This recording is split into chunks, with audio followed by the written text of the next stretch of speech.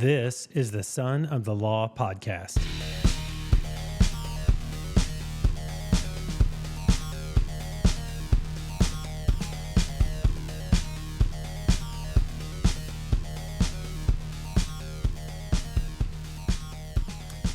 Hey everyone, welcome. Welcome to the Son of the Law podcast. I'm your host, Jay Christopher. We have a great show planned for you today. We're going to talk with Marci Weatherspoon. Hey, Marci. Hello. Thank you for having me. I'm so glad to have you here. Got a few episode announcements that we'll make, and then we'll get to our conversation. First, want to thank our sponsors, Complete Auto Service in Richmond and Cutting Edge Landscapes in Lawson. Mark and Amanda, Brandon, you guys are killing it. Thank you so much for your support of the show. Got a couple announcements and commercials that we'll play here, but love working with you guys. Also want to thank you all for supporting the show. You are why we do it and what this is all about. Remember, think about us in the next awkward conversation pause. That's when you think about the Son of the Law podcast. And we have just celebrated, as we record this episode, our first year. We've celebrated our first anniversary. Congratulations. Thank you. That's awesome. And the way we are celebrating is we're doing a merch store. So we've got hats, Richardson 112s, Richardson 111s, Richardson 168 flat brims, and Son of the Law podcast t-shirts. So if you want to jump in, find us on social media. You can message me for details. But anyway, love to have you all support the show. Also want to encourage you to share the show across all platforms. As a reminder, we are on Spotify, Apple, YouTube, or your favorite podcast player. Encourage people to follow, turn those notifications on so you can be ready for the next episode. And lastly, we drop every other Monday at 6 a.m. so the drive to work or never miss a Monday workout can be extra special. This episode is brought to you by Complete Auto Service Center. I want to share something close to home, literally. If you're anywhere near Richmond, Missouri, and your vehicle needs attention, there's a place that embodies trust and integrity. Complete Auto Service Center. I've known Mark and Amanda for years, and they make me feel like I'm part of their family. From oil changes to engine replacements, brakes to transmissions, they handle it all with professionalism and care.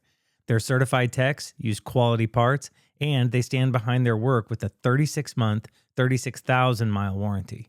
But it's more than just repairs. It's about peace of mind. It's about knowing that your vehicle is in the hands of people who value honesty and excellence. So, if you're seeking a reliable partner for your automotive needs, visit CompleteASC.com or stop by 718 Woolard Boulevard. Let them earn your trust, your business, and your friendship. Complete Auto Service Center. Complete maintenance, complete repairs, complete peace of mind. This episode is brought to you by Cutting Edge Landscapes. I've known Brandon Steffen, the owner of Cutting Edge Landscapes, for over 15 years. We've seen each other through a lot, climbed mountains together, served together, and when it came time to trust someone with my lawn, there was no question. I turned to Brandon and his team. Let me tell you, the difference after just one application was truly incredible. My yard went from weedy and full of dandelions to lush and vibrant. It was green, like really green. Also, I fought the bag system for years, never really seeing the results I wanted, but it has new life now, and that's all thanks to Cutting Edge. Cutting Edge isn't just about landscape projects either. They're about building relationships and treating your property like it's their own. Whether it's fertilization, aeration, or seasonal treatments, they tailor their services to what your lawn truly needs. With over 40 years in the business, Cutting Edge Landscape stands by their motto, "Your property is our passion." And after seeing the results firsthand, I can vouch for that. Visit callcuttingedge.com or 816-580-3343 to schedule your consultation. Your lawn will thank you. Okay, Marci. Thank you for coming today. I am so excited to talk with you. As you know, I know nothing about cross country or knew nothing about cross country.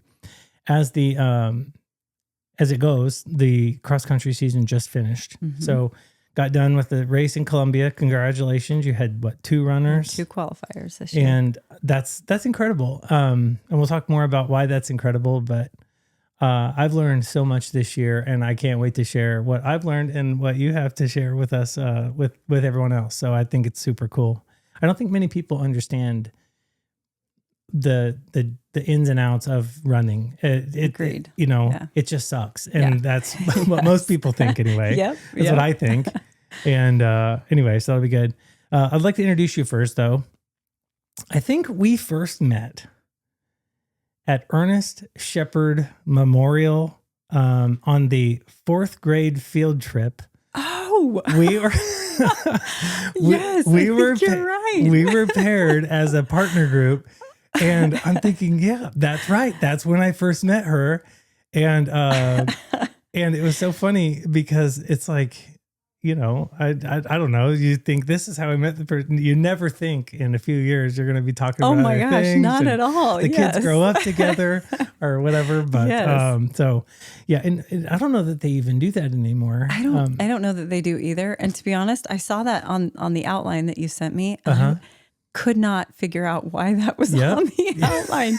Now you've reminded me. Yeah, you're right. I love that program because the kids at 4th grade or whatever they'd have an opportunity to lead. They'd have an opportunity to be a part of a team, do these challenging things. And, and then the parents before they go out and sponsoring the teams, we had to do it, which was always colorful. Yes. Slightly awkward. Yeah. But. Oh, very. I love that program because when the kids were learning, they got to be a part of all of the leadership stuff. And then we got to do some of that stuff, which was super awkward. And 100%. Yeah. I remember just feeling like, oh boy, what did I sign up for? Like, can I go home now? Right? Yes. Right? Well, but at the same time, you think, okay, we want to raise kids who aren't afraid of these things and whatnot. And there's no better way to prepare ourselves for showing our kids how to do it than to have said, we did it in and doing it ourselves. We did it ourselves. Yep. And so I'm a big fan of that. Okay. Let's see. You also teach special ed at the school? I do. Okay. How long have you been doing that? How long have you been with us at the district? I've been in Lawson in the school system for about 7 years now. Before that, I was in Liberty as a para at an elementary school in the Liberty School District. This is a later in life career decision for me. I was a stay-at-home mom for 13 years. And when my youngest started kindergarten, that's when I decided to go to work and outside of the home and really, really found a passion in special education. Those kids are kind of my heart and soul. So that's awesome. Yeah. I really, really love working specifically with the kids that have maybe the more significant needs and challenges. That's where I tend to gravitate toward, but all of it's a good place to be. That's awesome. Yeah. So cool. So you're teaching special ed. You're also coaching track. And I've really just observed you in there, in that sport. And now, but what I have observed is you are always like happy, always encouraging. I don't think I've ever seen you get upset with a kid, right? It's always just trying to pull out that good thing, that next hard accomplishment that they're working on when they're on the field. And that, I don't know, it's just been how I've seen you coach and teach and lead and your people that way. I think first of all, thank you for saying that. One of the other coaches has referred to me as the team cheerleader. so maybe that's an accurate assessment, but it's a pretty rare occasion that I get upset with any of the kids that I coach or my students. You have to really, really push some buttons to get me fired up. But my own children probably would disagree with that. But at school and when I'm coaching, it's a different story. And you're right. I think being an adult and knowing, having been in their shoes at one time and knowing the potential that you can see because you're an outsider looking in. Yeah. And sometimes the kids can't always see that. That's where I think it's just a constant, like, no, you've got this, you can do this, and I think that is where I find so much joy is when those kids reach a goal or hit a mark. And that's also in special education. Any type of progression is the most exciting thing for me. That's awesome. In that, that's awesome. Well, we just had Coach Dunn on. We've talked with Becky. I've talked with Michael Stevenson and so many of those people and people that they've influenced have kind of flourished as a result of a good teacher in their lives and a good coach. So another awesome reason to chat with you here. You're also now coaching cross country. And so I'm getting to know you in that new way. And that's actually what's inspired the invitation today. We'll talk a little bit more about that. Before we do, can you introduce yourself a little bit? Maybe how you were born, raised, talk a little bit about your family, how some people might know you, Sure. School, community, family, Sure. etc. So I grew up in Blue Springs, not far from Jaguar? here. No, a Wildcat, Okay. not Blue Springs South. Okay. Get it right. Loved my high school experience. Had a really, really positive experience at Blue Springs. I am the fourth of 9 children. Oh, baby. Yes, I have 5 sisters and 3 brothers. And What are the orders? And can you rattle off their names really absolutely. fast? Jason, Mindy, Tracy, Marci, Julianne, Amy, David, Brian, Joy. That's all 9. That's crazy. Your poor parents. You know what? Particularly your mother. You know what? My mom actually wanted 12 children, and her body did not agree with that. Holy smokes. So she settled for 9, and my parents are fantastic people, and so we all get along fairly well. And there are several that live here in the Kansas City metro, but most, well, I guess it's half and half. Half are out of state. So that's amazing. it's a rare thing for all of us to get together. We did all come together for my parents' 50th wedding anniversary this last summer. Wow. And that was the first time we'd been together maybe in a decade. I mean, it's so hard to get everyone together, and all of the grandkids, everybody was there. So that's a party. oh my gosh. It's difficult to find places to house all of us. I was going to say, so many and so much chaos. you need a convention center. Yeah. Well, we used a church gymnasium is where we all met up. So that was where we had our big family dinners and gatherings and stuff. So, Wow. Yeah. So anyhow, so I went to school out in Idaho and loved my time there. That was a very positive experience. And then got married before I graduated from college and had my first child just over a year after I got married. Wow. And finished school. That was a tough thing to do, to have a newborn baby and finish school. You aren't kidding. But managed to do that. And then we eventually moved back here to the metro. We kind of lived all over the metro. And then 4 kids later, I've got 4 of my own, 2 boys, 2 girls. Holy smokes. And just a lot of life changes and a lot of circumstances that you don't necessarily anticipate will play out the way that they have for me in my own life. But regardless, there's so many I'm grateful for so many things. I have your kids life. are in the school district, yes? Yes. Were. So not all of them, but you got 2 in the school district left? 2 at the high school, a sophomore and a freshman, and then 2 in college. So, Okay. Wow. Yeah. So we talked about how people might know you. What's something people wouldn't know about you or would be surprised to discover? And you can't say 9 kids. Oh, that's what I would have said. I know. Mercy. Well, and if people don't know that I was once a runner, I completed a marathon. I set a goal when I was in high school running cross country to run a marathon 5 years from that time. And I did. So a lot of people, I mean, I don't wear Which race did you run? The Oklahoma City. It was a memorial run for the bombing that took place. The Murrah building. Yeah. So awesome experience. I recommend it at least as a bucket list item for everybody to just complete one. Okay. I don't know that I'll ever do it again. That's right. But my joke is I ran 2 marathons in the same day. Oh, you did? Wait. Yeah. My first and my last. Oh, there you go. Which one did you do? I ran Chicago. But it was in 2003. That was probably before you even graduated. So. Well, no, it wasn't. No, but by then I had a kid, so okay. So I was done running marathons at that point. Very good. Yeah. So it was a similar, not similar. Just it was a personal goal of mine. I just wanted to just do it, and then I got on this like Couch to 5K program. Basically, you start kind of laddering your way Mm-hmm. in. And then I kind of looked at myself when I had been running 50 and 60 mile weeks leading up to this thing. Like, what am I doing? This is crazy and stupid and Yep. kind of a life-changing deal. Yeah, So absolutely. it really is. Yeah. And then I finished the race, literally, I say first and last, and I didn't run for 6 months afterwards. I was just like, Oh, I'm done. You were so burnt out. Yeah. at I'm that like, this point.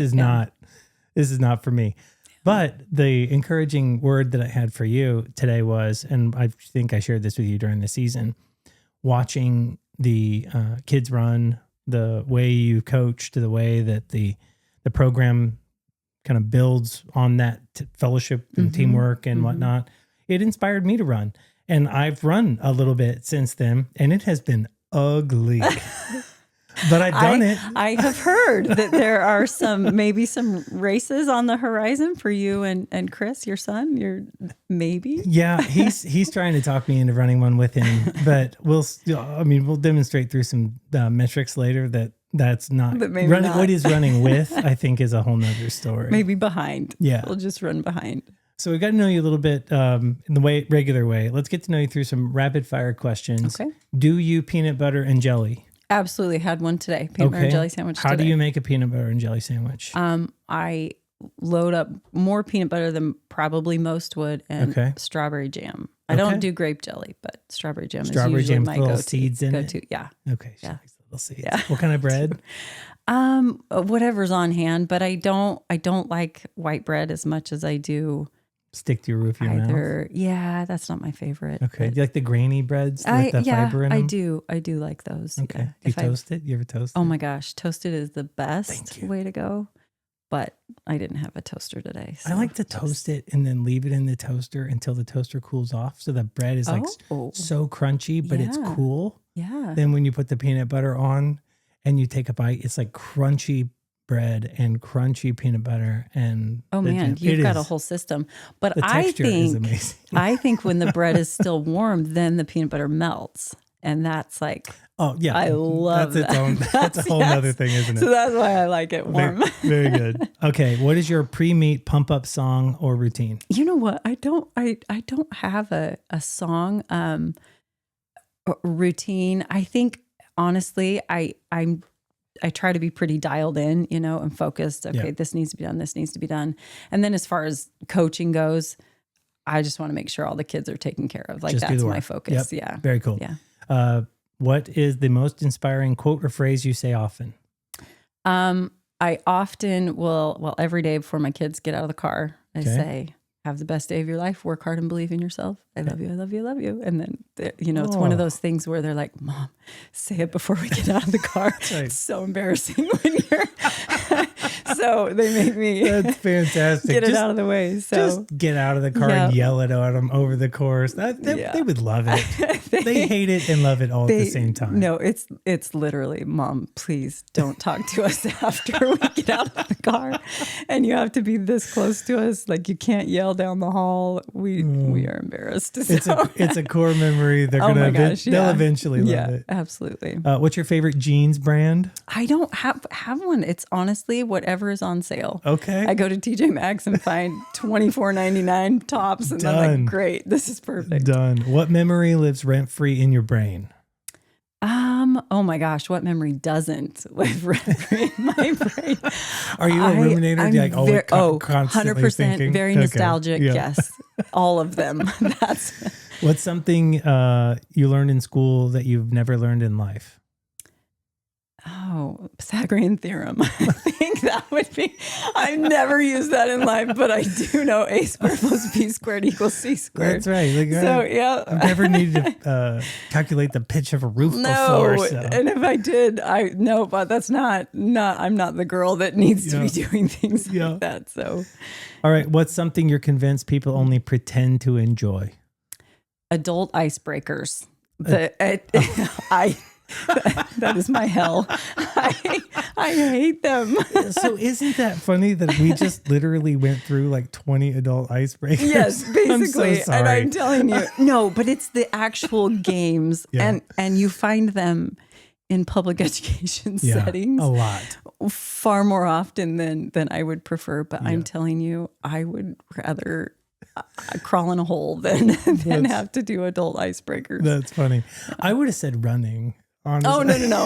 No, I'd take that any day. It's excellent. Give me a couple miles to run. Nope, I'm good. All right. Well, so just, I make the joke about running and something that, you're convinced people only say they like to do. But there's a little bit of truth to the way I'm looking at it, right? Like, it's something people do to stay in shape, right? Christopher, and he didn't necessarily have the greatest experience playing football. He was worried about getting hurt. His favorite sport is basketball, or I think was his favorite sport is basketball. I'm not sure if it still is after the experience he had this season with you. But he loves it. He loves both sports now. And he initially just kind of did it to run and get in shape for basketball, stay kind of mostly injury free, unless something to pull something or whatever. But I was like really wondering who actually enjoys running. And then I saw the culture that is around this sport, and I was taken.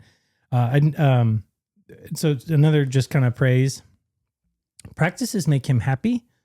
And he was enjoying the challenges and the hope of the season ahead and the possibility of running well and the immediate connections that he made from the very first practice. Oh my gosh, that makes me feel so happy. I'm so glad because I love hearing that. We didn't even know what he was getting into. Yeah. We had 3 kids come up through the system. None of them have been interested.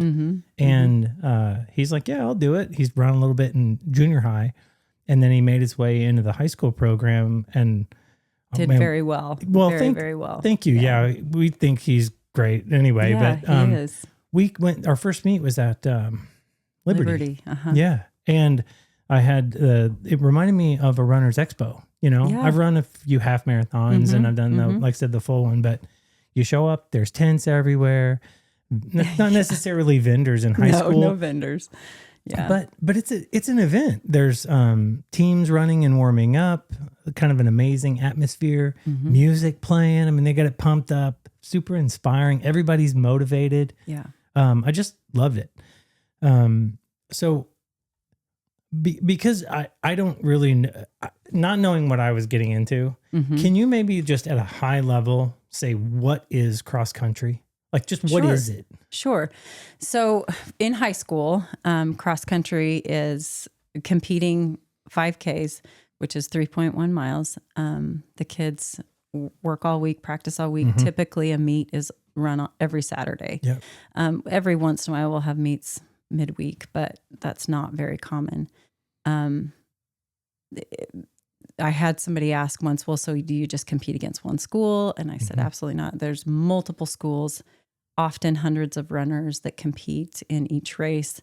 At the varsity level, you can have up to 7 runners. The top 5 score points for the team. So if you come in first place, you score 1 point for the team. So instead of wanting to score a lot more points, you actually, the lower the amount of points that you score, the better. So that's how the races are. That's how you place as a team based on the lowest amount of points that each of the top 5 runners have brought in. So you get a point equal to the number of place that you finished. Yes. Okay. Finish 25th, you get 25 points. Unless there are people in front of you who are competing for a school that doesn't have a full team, then their place is taken out when they're scoring, and then maybe that would bump you down to 23rd or something like that. So that's how it's scored. But it's honestly, it's a fantastic sport that fairly few people really know a whole lot about. It's kind of the joke that how do you go watch a cross country race, because you see them at the start, and depending on the course, some of the courses it's really hard to get to, be able to watch your kid run by. Yeah. But it's quite rewarding. My daughter actually said, I really like going to cross country meets because the kids run for 20 minutes and then it's done and you get to cheer them on when they come running by, and it's exciting to see them pass by, but it's not an all day sit in the bleachers kind of thing. So, nope. But we all appreciate that. It is. And I'm a morning person. So I love getting out of bed, and a lot of times you're in the car at 6:30, and you're heading to wherever you're running that day. And it's the weather is crisp and people are in a good mood. I mean, it is my jam. But to your point about you never know what you're gonna get when you get there. When we went to Liberty, and I realized we had to follow them around, nobody had really talked to us about that. So we're like, wait a second, what do we have to do here? And so we're trying to make a plan in the chaos of it. And you have to strategically find your point of where you're going to see your child come running by. Yeah. And if you happen to be a parent who's fairly agile, then you've got a leg up on the other parents who can't. Oh man, you're running all over the course trying to get to where the runners will be. And like you said, you don't know what you're going to get course to course, because some courses are really flat, some are extremely hilly and very, very challenging.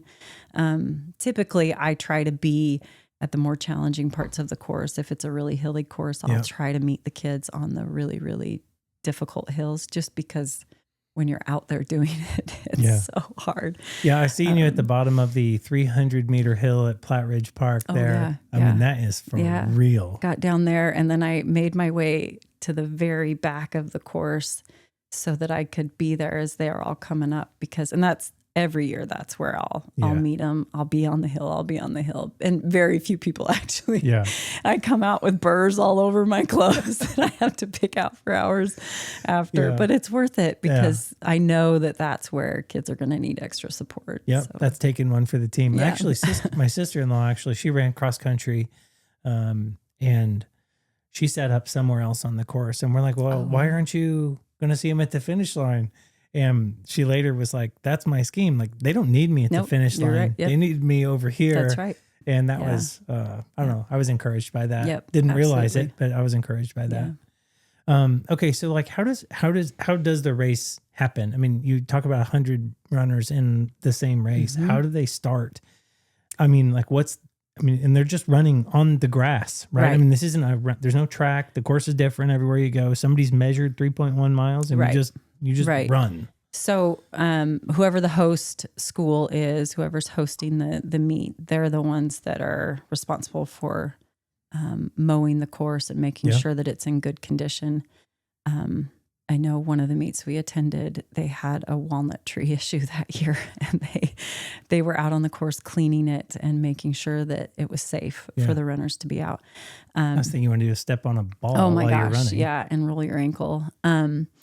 But the weather, I mean, it's so unpredictable that sometimes the course will be full of mud and full of puddles, and cross country runs through all of it. So we were pretty lucky this year. We had great weather. Yep.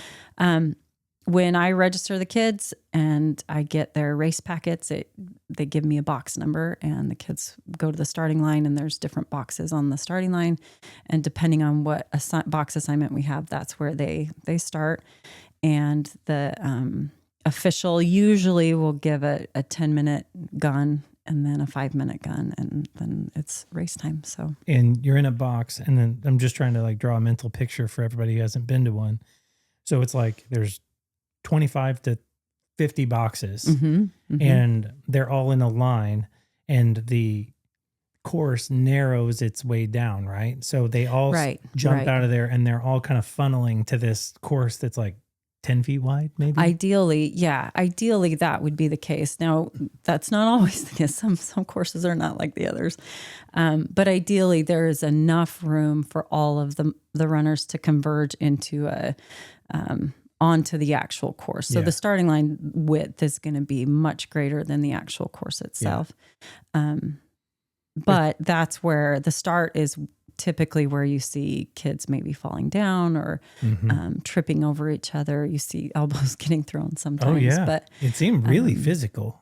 I tell the kids, you got to be aggressive when you get out, because you don't want to get boxed in and get sucked right to the back. So I always want to make sure that they're being aggressive right out of the start. So we did have one kid one year that he fell at the start, and the starter didn't see it. A couple of kids fell, and he he got a concussion and he ran the entire race. Oh my gosh. Like you never hear of cross country runners coming away with concussions. Yeah.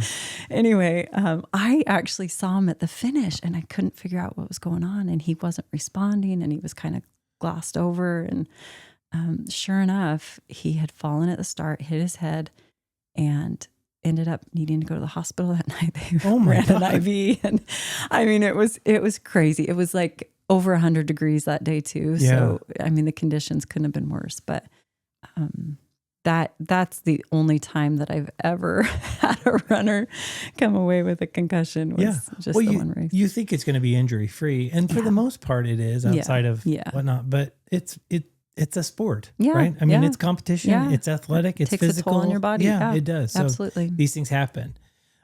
Okay, so at the beginning of the year, you have the parent meeting, standard parent meeting, and you give out this packet. And on the very tip of the packet, you have this motto: "No excuses, just run." Yeah.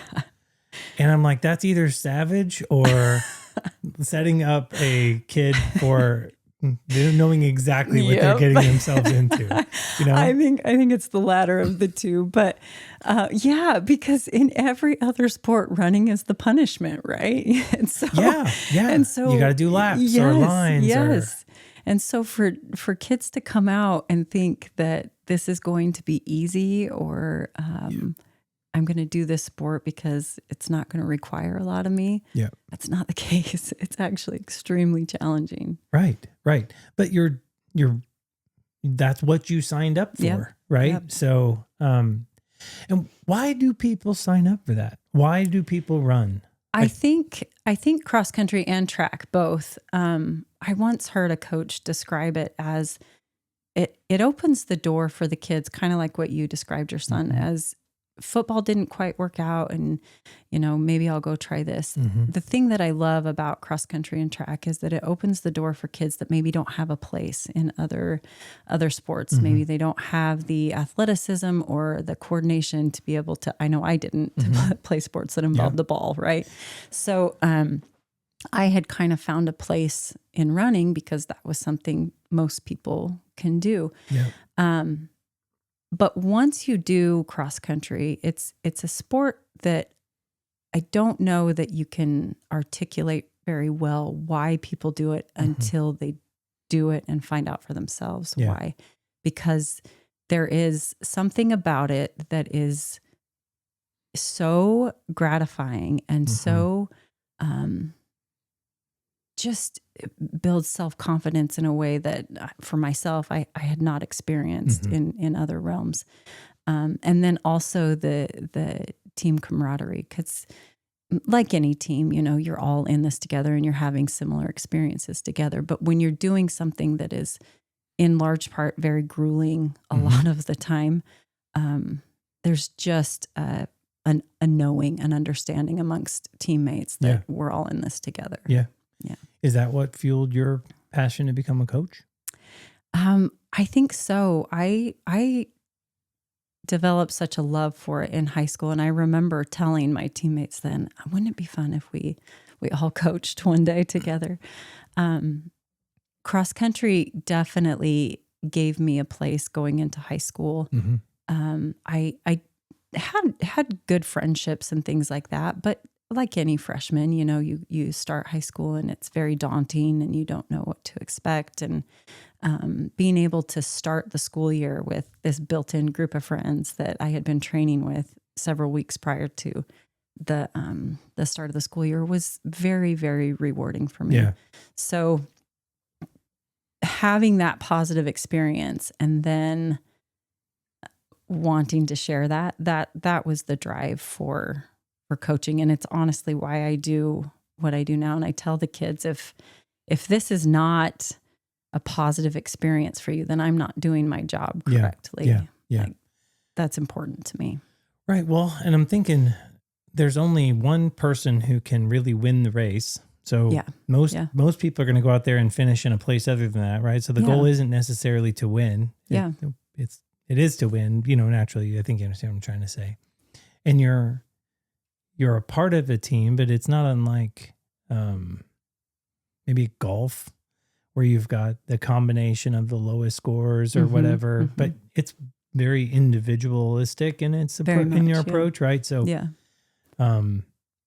you had the requirements for lettering in your packet, and one of the requirements was to PR multiple times over the course of a season. And that was something that I didn't realize was so important, because, you know, you can show up and sometimes you might finish 50th or 80th, and that sounds terrible, but you ran 20 seconds faster than you've ever run. Yeah. Being able to PR at least 3 times in a season isn't always as easy as it might sound. Yep. Running is such that it takes time for your body. You train for several weeks at a time before your body actually acclimates to that training. So to run a race every week and expect to PR is unrealistic. Right. So anytime a kid improves their time, even by 5 seconds, 10 seconds, whatever that is, that's a big deal in cross country. So a lot of times my job is keeping kids motivated and positive, because when they plateau mid-season, because their body is still working to catch up on the training and all of the things that we're working on. And also we're building our mileage throughout the season. And so of course their body is going to be more fatigued.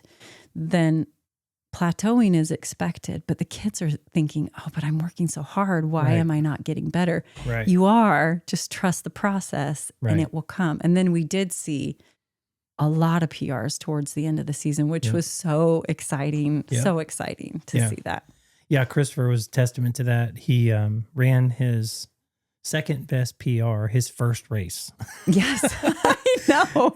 I know. And then, so he was like a 1940, 42, 43, and he's like 43, 44, 45, where it's like his best races. And then the very last race, he beat it by like 30 seconds. Yeah, or 15 he had a seconds. huge PR there at the end. Yeah, where we had tapered back significantly at the end. Yeah, so that really speaks to that. Can we talk a little bit more about coaching style? How has it changed or evolved over time? And then how have your athletes kind of influenced or taught you how to be a better coach over the last several years? Those are really good questions. First, how have I evolved as a coach? I think initially I was worried about pushing them too hard. And I didn't, is this going to be too much? Yeah. But I found that if I don't have a high bar for these kids, who's going to give it to them? Yeah. So I tell them coming out now, I say, okay, we're going to set the bar here. And if you fall somewhere below it, that's okay, because you always have something to work towards. But if we set the bar low and you meet that and then you think, oh, I've arrived, then what's the point? Yeah. So I think that I'm not as afraid of pushing kids past what they think is their limit. Yep. So much of running is this having the mentality to be able to push past the really difficult stuff.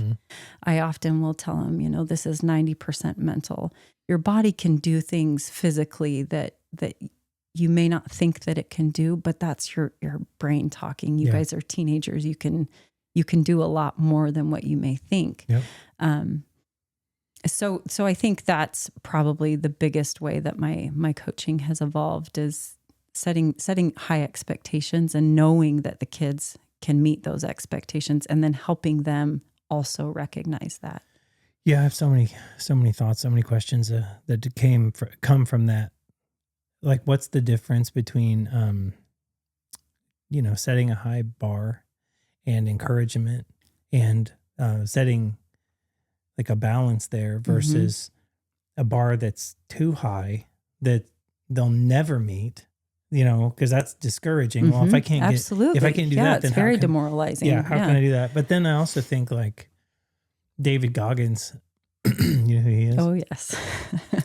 I knew you would. Not everybody knows who he is. Oh, yes. And just know, if you look up who David Goggins is, it's not X-rated. That is not how I coach. But it's adult language. Yes. So he's kind of famous for suggesting that when you feel like your body's done, you have 80% left in the tank. I agree. Like it's a monumental gap between where you think your limit is, where your actual body is done. I agree. So how do you coach to that gap? I think cross country is unique in that regard because not every kid can do, let's say, what your son was able to do this season.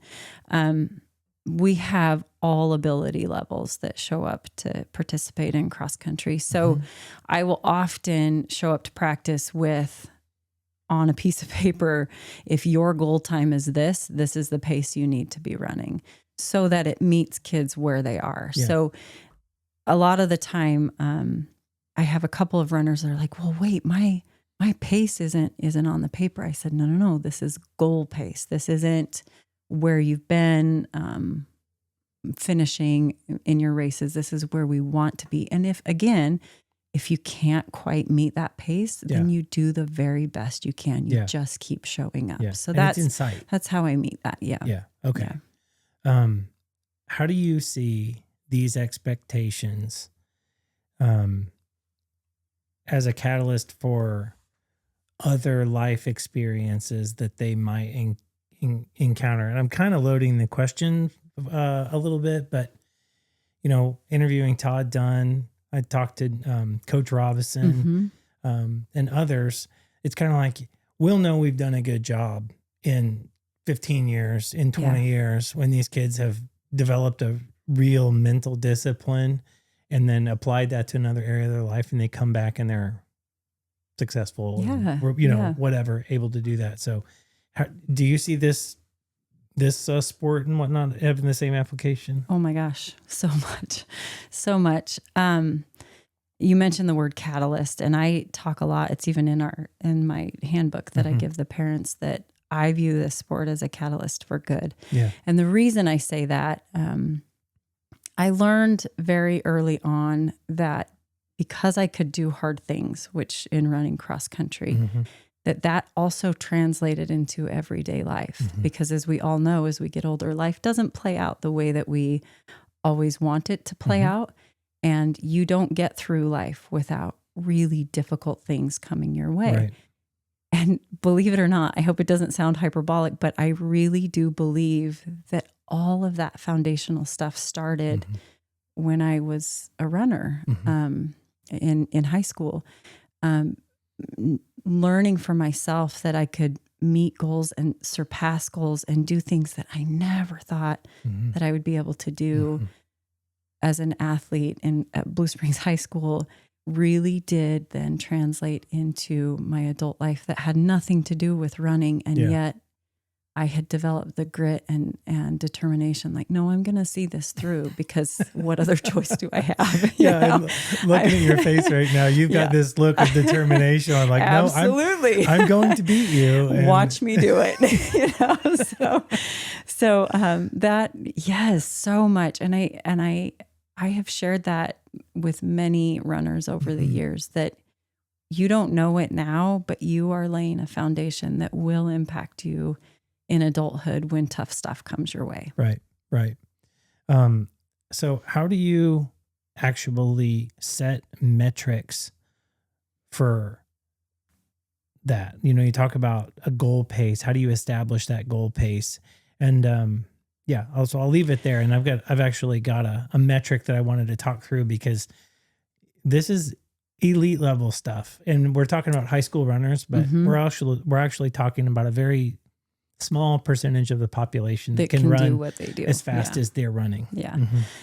So I gauge it. I always break it down into miles. So they run 3.1 miles. And so I will set their goal pace based on whatever it is, the workout that we're doing. If it's mile repeats, then this is the target pace for you to meet this specific goal time overall. Or if we're running 400s, then we break it down. This is the 400 pace that you need to be on in order to meet your mile pace, in order to meet your 5K pace. So that's how I gauge it. And so it's again individualized per kid. Right. You're training the individual's body to be comfortable. So that it recognizes, Yeah. okay, this is what it feels like to run for Chris at a 19-minute pace. Or I would often have him at an 18:30 goal pace so that his body could get accustomed to this is what it feels like. Yeah. Okay. And we talk about, 19, 18:30, whatever. I think the state to a record or championship time this year was like 14:51 or something. Incredible. Yeah. Ridiculous. Set a new course record. Yeah. Ridiculously fast. That's almost unheard of. He was remarkable. Right. And you know the stat now, and we'll go to this bit, but for those who think they know how fast these kids are running, ask yourself the question, what percentage of all runners who finished a 5K, and there were 2.2 million of them, according to this Box Life magazine article that I read, how many can finish running a 5K under 20 minutes? And to be clear, if you're running a 20-minute 5K, you're not in the top 10 of any of the races that we're in. So anybody care to wager? Do you know what it is? Well, I read the article and I was surprised. I had never heard that before. 1.8% of runners can run sub 20 minutes. And that was 2.2 million 5K race results collected from the U.S. road races in 2024, revealing surprising truths behind pace, age, and performance. And then they kind of go on. It's 1.85%. We're sub 20. And when filtered to men ages 15 to 22, only 5.8% managed to break the 20-minute mark. Pretty remarkable. It's remarkable. And that's what I say. It's elite level stuff. And we're not just talking about, this isn't just going out there and coaching, right? Just, hey, we're all running. Like we're running at an elite level. Even for a small school, I think Lexington at the state race for the girls, they had that they go 1, 2, and 10 or something like that. I think their top 4 were in the top 10, and then their 5th runner, I think, came in like 15th or something like that. Crazy. I've never seen a team finish like that. Yeah. It was remarkable. And the second place team, I think, was 100 points behind them. So again, like just crazy talented. Yeah, really good. The median time for 5K finish among all runners was about 36 minutes. Oh, really? Yeah. So thinking if, they're running 18-minute pace, they're literally running twice as fast as the average runner. Men were coming in around 32 minutes. Women median time was right around 39. And then... and was that the same age range? That was all men and women there. And then let's just, my average audience is generally like 40s, whatever. And so the 40 to 49 age range, median finish times by age and gender, 31:49 for men and 38:11 for women in the 40 to 49 class. Okay. So if you're running, racing, training for that distance, a 10 to 11 minute pace is pretty standard. You're killing it. You're doing okay. Yeah, you're doing okay. So the 5 and 6 minute paces that these kids are running, it really is impressive. And most people don't understand. I would never have known that. I go out and beat myself up thinking, I ran 11-minute pace or I ran a 12-minute pace. I'm like, well, I'm not that far off. Yeah, you're doing okay. Doing okay. I didn't die. That was pretty much my main goal. That's right. Okay, so we talked about the metrics there. Well, you've also talked quite a bit about the value of these team culture and the grit, character, lifelong friendships that kind of happen on the nucleus of a cross-country team. How do you foster that team culture? I talk a lot about it from day one. I will often say to them in practice and in meets, like, go together, stay together, be together, bring another teammate along with you. So if you see someone struggling, be the one that says, hey, come on, you got this, let's go. And when I see them actually putting that into practice in a meet or just in a regular workout, it's very rewarding to me as a coach. there just isn't room for negativity and unkindness, and there isn't room for it. Yeah. In a You gotta have it. Yeah. So that's just a standard that I try to live by, but then also very much try to implement with the kids, that on our team, we are in this together 100%. Yeah. And if you see one of your teammates struggling, it is your job to go pick them up and help them out. Yeah. That's awesome. And that was obvious, very low drama. Kids come home from other sports, and I think this is just how that works, right? I think the nature of the team environment or whatever, there's going to be some drama on every team, but I didn't observe the same level of drama with this sport than others. Standard across the board with the kids that typically are drawn to cross country. Most of them are, you got to be there because you want to be there. Yeah. So, and often, we may get the kids that are quirky, or, the ones that have just happy-go-lucky type attitudes, and you kind of need that to be able to stick with it. Yeah. And so we, if it means that we take the misfits, then so be it, because there's a place for you here. So. Absolutely. Christopher fits that bill. He's hilarious. I don't think he's ever had a bad day. Gosh. Sometimes people just are that way. Yeah. He's always just been happy, which is the weirdest thing, because I'm not, my default mood isn't happy. I am I'm happy a lot, and I'm very good at just putting it on. But he's genuinely that way. Wakes up that way, goes to bed that way. And he would show up at practice that way when I would say, all right, you've got 12 hill repeats to do. And he's like, sweet. Let's go. Here we go. But it's also sort of irritating sometimes. His teammates would be like, would you shut up? This is not that cool. I know. And it's 100 degrees out here. Yeah. He's like, he pulled me aside one day and he's like, I really, really like these hard workouts. And I was like, well, okay, that's great. Glad to hear it. That's awesome. But I think it goes, that what I've observed in the culture, it kind of goes beyond just the workouts too. Just a couple of examples. And again, praise maybe stuff you haven't seen or don't know, that stuff that's going on behind the scenes. Christopher would get done racing. A lot of times the boys run before the girls.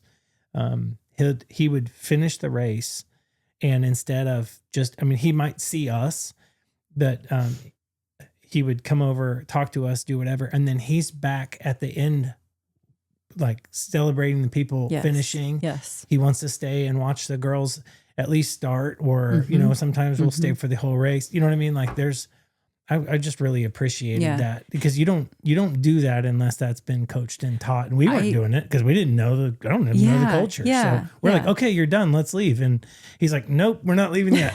Well, I'm proud of him for that, because that is a very common thing that you'll see at a cross country meet, that the kids that maybe come in at the front of the pack will often finish their race, and you'll see them back out on the course cheering on their teammates still coming in. Yeah. So, I mean, that's great. Absolutely, that needs to be part of the culture, because everybody needs that when you're dying coming in and finishing the race. Yeah. But it's more than that too.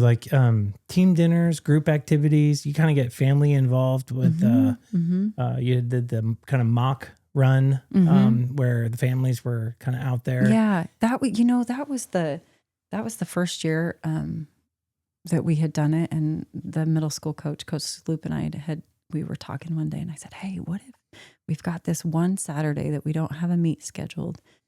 Let's put something together where everybody can come. We can do pancake breakfast and just allow the kids, number one, to showcase what they do for their families, but then also just allow them to have some fun after they finish, where they could, I think they had a competition of who could eat, the most pancakes, which is gross after you run a 5K. Carbo load. Yeah. But the team dinners, you mentioned, well, we didn't see you. So aside from having my own family responsibilities that often wouldn't allow me to attend the team dinners, Yeah. I actually try to take a step back from that because I want the kids to be able to build those relationships without an adult looking on and, oh, you shouldn't be doing that. Or, and sometimes the stories that I'll get of, you won't believe what we did at the team dinner last night. And I think, oh, I'm glad I wasn't there because I would have shut it down. Just, I mean, jumping into the lake and having sumo wrestling fights on the trampoline, just things like that. When I would have been like, oh my gosh, don't injure yourself, you know? Let them be kids, right? Absolutely. Yeah. Just allow them to have fun together and build those relationships is really important. That's excellent. Can we talk maybe more about preparation on the gear and whatnot? Sure. You know, when I first started running, it was well after high school, well after college. You know, I went again couch to 5K and then decided I wanted to go a little longer than that. I was like 230 pounds and decided that's not going to work out well. And ultimately ran the race at like a whopping 183. Which, did you really? Yeah. Wow. So I lost a lot. Wow. I lost a lot of weight, but at 185 pounds, I was still a Clydesdale. That's still a huge runner. And the whole reason I'm talking about this is because shoes were very important to me at that point, right? I could get about 400 miles out of a shoe, 350 miles out of a shoe, and then they were toast. So I had a Nike Air Max Moto that I could get 50 to 100 miles out more than some other cushiony thing. But when it comes to non-negotiables in gear for this sport, is it just shoes? What else do people need to really run? To be honest, we are very low maintenance. Yeah. And it's kind of nice. When I am asked to submit my equipment request for the next season, I'm like, oh, we really don't require equipment. Shoes is the non-negotiable. Yeah. Just like what you said. Yeah. And I often will recommend that the kids go to a specific running store where the employees are trained to watch the stride, watch the pronation, the foot strike, how the kids run, and then they can suggest shoes based on the specific runner's needs. If ever a kid comes to me and says, hey, I'm really hurting in my leg, my knee, whatever, the first thing I do will ask, okay, how long ago did you replace your shoes? Because when shoes break down, bodies break down. So that's number one. I highly recommend the spikes for the courses because, again, we talked about the terrain. You never know what you're going to get. I loved running in spikes, and I felt like it definitely gives you a leg up. We actually have quite a few of our female runners that choose not to wear them. But I still will recommend that always. Some kids prefer to run with a heart rate monitor so they can check in and see how they're doing. Some will run with the Garmin watches. Or can you have that in a race? I wouldn't. No, you can't have. You can wear a watch when you see kids running. I've never seen anyone run with a heart rate monitor. I guess you could. Okay. This is more just training. Right. Okay. Right. We have one runner who does train with a heart rate monitor on. And I will ask the kids when we're doing track repeats and things like that, tell me where your heart rates are. And based on that, okay, you're ready to go again.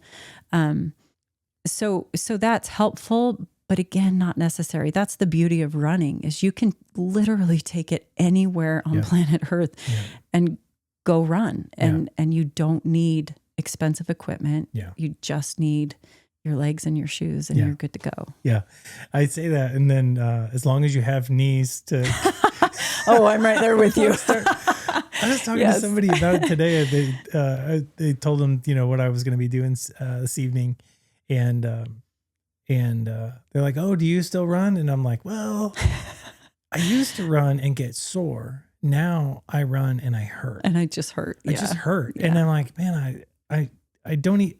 So I'm inspired to run. I've run a few times.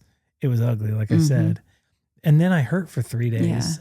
So now I've been doing some walking. I've been doing a lot of walking and kind of getting some of the same benefits, walking to a pace, walking to whatever. And then, or while I'm while I'm walking, I will pick a thing in the distance, and instead of just running the whole time, I will run quickly from here to there and get my heart rate up and feel good. And then by the time I make it back to the house, I feel like I've accomplished something. There you go. So, well, good. Yeah. Good. But yeah, that's so, but you don't need like socks, your jerseys, like to be honest, I am football. I'm as low maintenance as it comes. Yeah. I don't require any specific socks, shoes, shorts, t-shirts, whatever the kids are comfortable running in. That's what I recommend that they run in. I think you can, when you can track your mileage on your watch or whatever, and then you can upload it to different running apps and things. That's kind of nice because then they can see, oh, so-and-so just ran 6 miles. I'm going to go out and run 6. It's kind of a healthy competition in that regard. But I don't ever require that because I don't ever want a kid to show up to practice and feel like I can't be here because I can't afford this or I can't go buy that. The only thing that I want them to have is a solid pair of shoes. And that can be an investment in itself, but it's hopefully not going to set anybody back by any means. So. Yeah. Wonderful. What's a typical cross-country meet day look like from the athlete perspective? I think when they show up, the first thing that I want them to do, a lot of times they'll immediately... Where are they showing up from? Like to the school? Yeah, well, the high school, like when they get to the high school and then we get on the bus and go to the meet. When we get to the course, you will always find blue porta potties lined up on any course. That is part of cross country, is the porta potty thing. So immediately the kids, get off the bus, and that's usually their first stop. You can't have a cross country meet without adequate bathroom facilities. And unfortunately we all know why. So, that's usually number one. And then as the coach, Pun intended? Pun intended, number one. Let's hope it's just number one if you're lucky, but that's usually not the case. So, and then I'll by the time they get out of the porta potties, I've usually picked up the race packets, and then it's pass out bib numbers and if they're wearing chips on their shoes, electronic timing chips, then get all of those put on. And then I want them to get out on the course so that they can see it, feel it, touch it, that kind of thing. So they can visualize and mentally prepare for what they've got ahead of them. We typically will arrive. My goal is to always arrive at least an hour before the first race. And then kids start warming up 30 minutes before their race. So if you are the first race, then you don't have very long before you need to be actually warming up. If you're not the first race, then get out on the course, check it out, and then start cheering on your teammates until it's time for you to warm up. That's typically how it goes.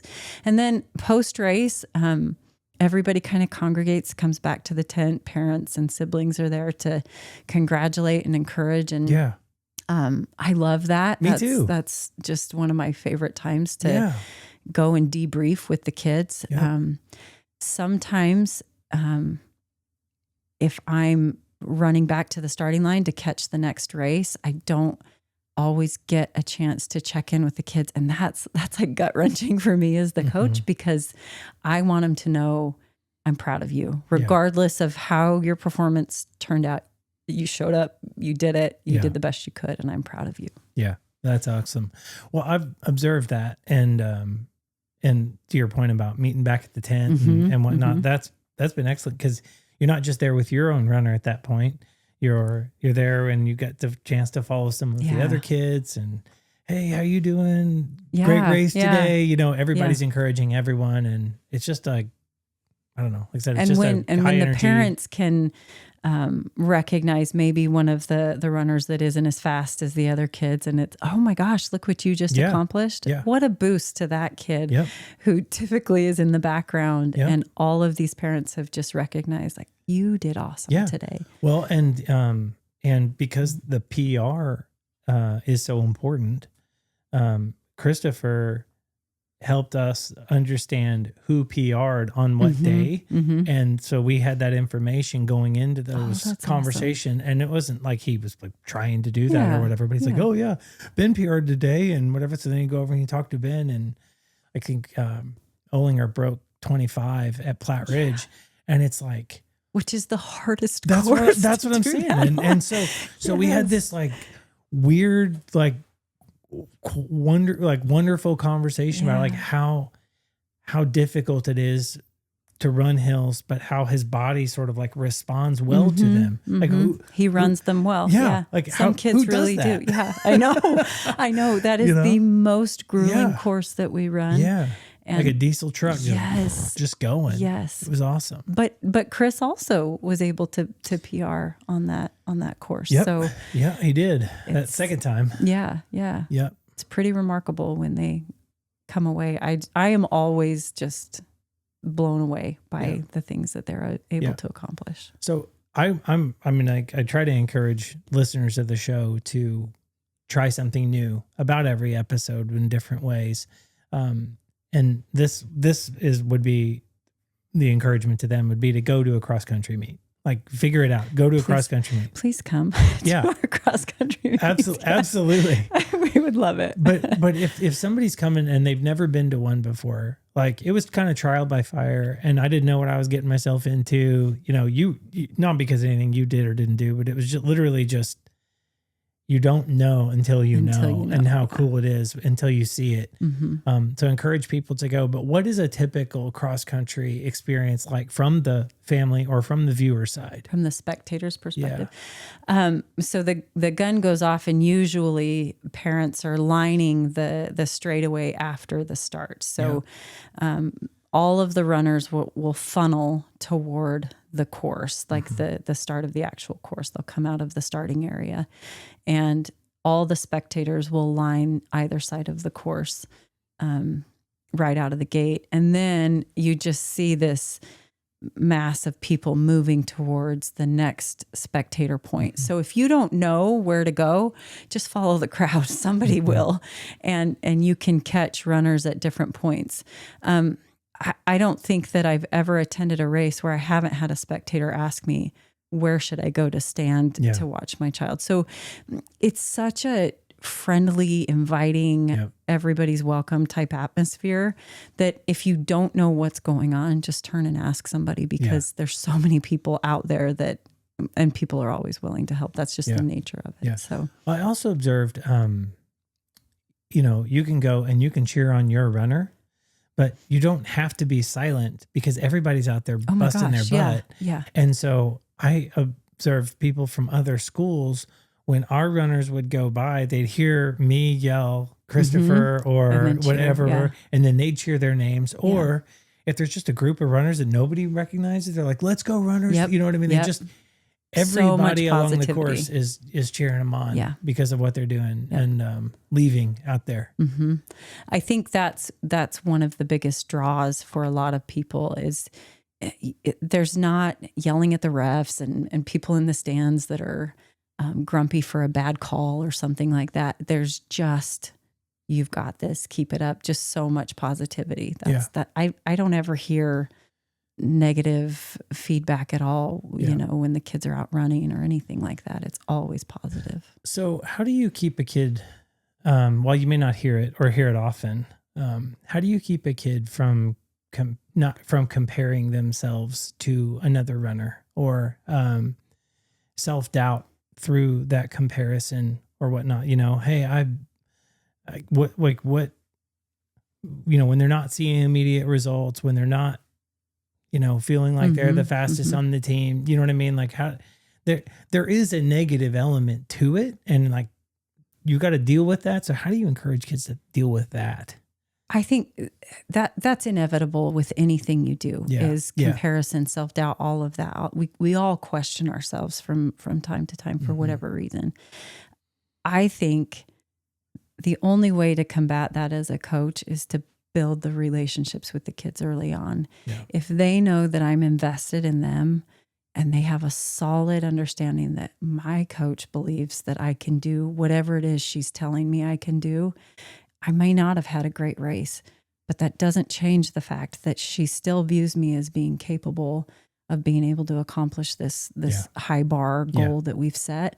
So sometimes I know for me, I needed to be able to lean on somebody who believed in me more than I did. Yeah. And so I hope that that's something that I'm providing the kids with is you might not believe in yourself right now. You might not be able to keep up with so-and-so who just ran a faster race than you. Yeah.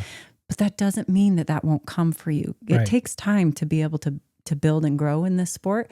And so you may not see it now. It may take years to be able to accomplish the things that you want to do, but you'll get there. Yeah. If you trust the process and you just keep working, that's the beauty of being human is you'll get there. Well, something else too, and you never really know how you impact people with the things you say and maybe the information you prepare until you kind of see it or hear it. In your team meeting, your parent meeting at the beginning of the year, you're like, and even if you're not running well, something you said encouraged me was you got to realize that this isn't just about you. You're representing this team. You're representing yourself out there. And so the question I had was, what does it mean to represent yourself and your team well? And that standard being really important. And then just, can I couple that? Because I know we're short on time. Can you share a story maybe of a runner who fully embraced that value?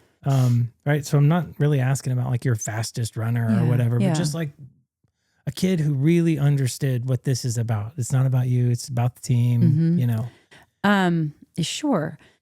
So when I say that you're not just representing yourself, like obviously there's a very individualistic aspect to running cross country. But again, you're in this as a team and nobody wants to be out there without their teammates supporting them. So I had a runner, she graduated last year, she comes to mind, fantastic runner. And just so happened that she was phenomenal and was the fastest on the team. But I never once heard her gloat about it. I never once heard her complain at practice about, oh, I don't want to do this. She set a standard for her teammates that were watching her, that you show up every day, you work hard. And every time she would finish a workout, she would be waiting for the kids at the end of the workout, the ones that were always behind her. She would stand there and wait for them. Instead of going inside and getting her water and cooling off, she would stand there and wait and cheer them on through the finish. And often she would even go back out, whether it was on the course or just on the road during a workout, and finish the workout with the slowest runner because she didn't want them to be alone. Yeah. And observing, awesome. Observing her do that was, number one, a testament to me, like, oh yeah, this is why we're here, because that character building. But she set a standard that I hope kids were watching and paying attention to, and they'll want to implement that throughout their years of running. Yeah. I was training for the marathon. Again, this was 23 years ago. You look for that inspiration in other runners, and you're kind of just hyper fixated on the culture of running and whatnot. And this runner finished a marathon in like 2 hours and 15 minutes or something like that. Just absolutely smoked the course. Yeah. And they were talking at that point about how your race was hard. It really was. But you'll often see me out there encouraging the way that you were talking about, because most people don't realize I've had 2 hours to cool off. And that person, Johnny or Susie's, been out there on the course slaving away for another 2 hours. And when you finish like me, just under 5 hours, like my life changed that day. You just had a really great race, but my life was never going to be the same because of an accomplishment that I finished in. And that person recognized it. That person cheers you on. And it just means so much to have that person out there. Yeah, absolutely. What qualities or values do you hope every athlete takes with them after they graduate from your program? Number one is the realization that I can do hard things, that regardless of what life throws at me, I'm going to see it through. And not just see it through, but I'm going to rise above it and be better than I was before. Mm-hmm. That's the thing that I hope every kid who runs cross country and competes will come away with, is the knowledge that I already have everything that it takes to be able to accomplish whatever it is life throws at me. Yeah, that's great. And then if you could give one message to all young runners, whether they're just starting out or about to finish high school, what would it be? Oh man. I think I would say stick with it. It is again something you can take with you anywhere you go, and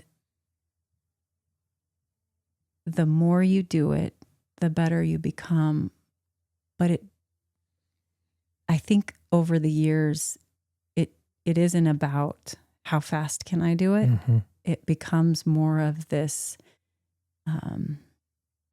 internal self-realization.